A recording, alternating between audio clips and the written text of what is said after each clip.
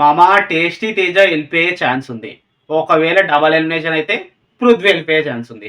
లేకపోతే single elimination అయితే Teja out. ఎందుకంటే వాళ్ళు దత్తపుత్రులు కదా, సేవ్ చేసుకుంటారు పృథ్వీని, విష్ణుప్రియని. ఏదైనా జరగచ్చు.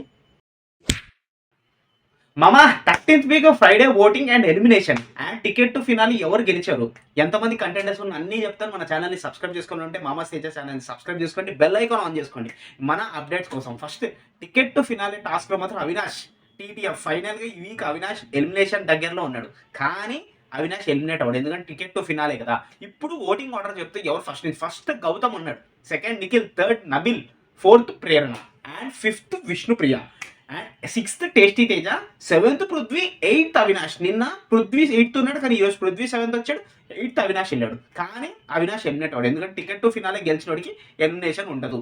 దాని తర్వాత డబల్ ఎలిమినేషన్ ఉంటుంది. డబుల్ ఎలిమినేషన్ డెఫినెట్గా ఒక వైల్డ్ కార్డ్ ఉంటాడు, వైల్డ్ కార్డ్ ఇంకెవరు తేజాని పంపించేస్తారు. ఇదే జరిగేది. ఇంకా పృథ్వీని, విష్ణుప్రియని ఎలానో పంపించే ఛాన్స్ లేదు. పంపిస్తే పృథ్వీని పంపించారు. విష్ణుప్రియ కూడా కొంచెం ఓటింగ్ బాగుంది, కానీ పృథ్వీని పంపించే ఛాన్స్ ఉంది. సింగిల్ ఎలిమినేషన్ అయితే డెఫినెట్ టేస్టీ తేజ ఎలిమినేట్ అయితే, ఇది గుర్తుపెట్టుకోండి. డబల్ ఎలిమినేషన్ అయితే పృథ్వీ కూడా అయ్యే ఛాన్స్ ఉంది. టికెట్ టు ఫినాలే టాస్క్లో రోహిణి, తేజ, అవినాష్, నిఖిల్ నలుగురు పోటీ పడ్డారు. మిగతా వాళ్ళందరూ గేమ్ నుంచి ఎలిమినేట్ అయ్యి శ్రీమికి వచ్చిన తర్వాత ఫైనల్గా గెలిచింది మాత్రం అవినాష్. చాలా బాగా ఆడాడు, చాలా గెలుచుకున్నాడు.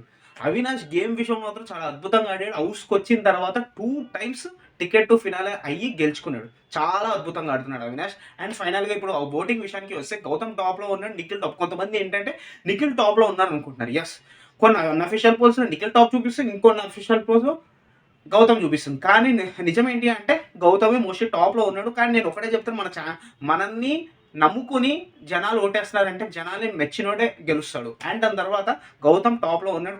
కొన్ని ఓట్స్ మాత్రం స్ప్లిట్ అవుతున్నాయి. ఇప్పుడు నబీల్ ఓటింగ్లో రాకపోయినా, ఇప్పుడు నిఖిల్ వాళ్ళ బ్యాచ్లో ఎవరు ఓటింగ్ లేకపోయినా కానీ ఆ ఓట్స్ అని ఎక్కువ నిఖిల్కే వెళ్తూ ఉంటాయి.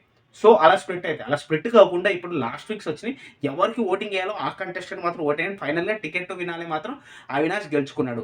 దాని తర్వాత నాగార్జున సార్ వచ్చి చెప్పేది ఇదే, ఎలిమినేషన్ విషయంలో మాత్రం డెఫినెట్లీ డబల్ ఎలిమినేషన్ ఉంటుంది. సింగిల్ విషయాన్ని అయితే మన తేజాన్ని ఎట్లానో పంపించే ఛాన్స్లో ఉంటారు. ఎందుకంటే వైల్డ్ కార్డే కదా. ఇప్పటికీ చాలాసార్లు పృథ్వీ, విష్ణుప్రియ ఇప్పటికీ చాలాసార్లు అవుట్.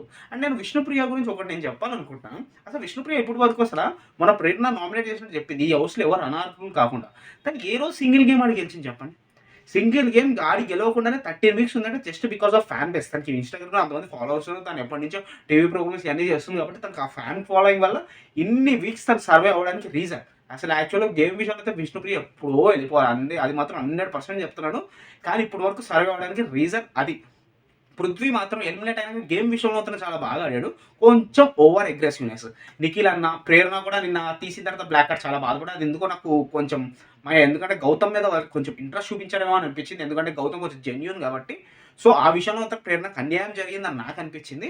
సో ఇదనమాట, ఎవరు ఎలిమినేషన్, ఎవరు ఓటింగ్ దగ్గరలో ఉన్న ఫ్రైడే వీక్ ఓటింగ్ లాస్ట్లో ఉన్నది మాత్రం మోస్ట్లీ డెఫినెట్లీ అవినాషే.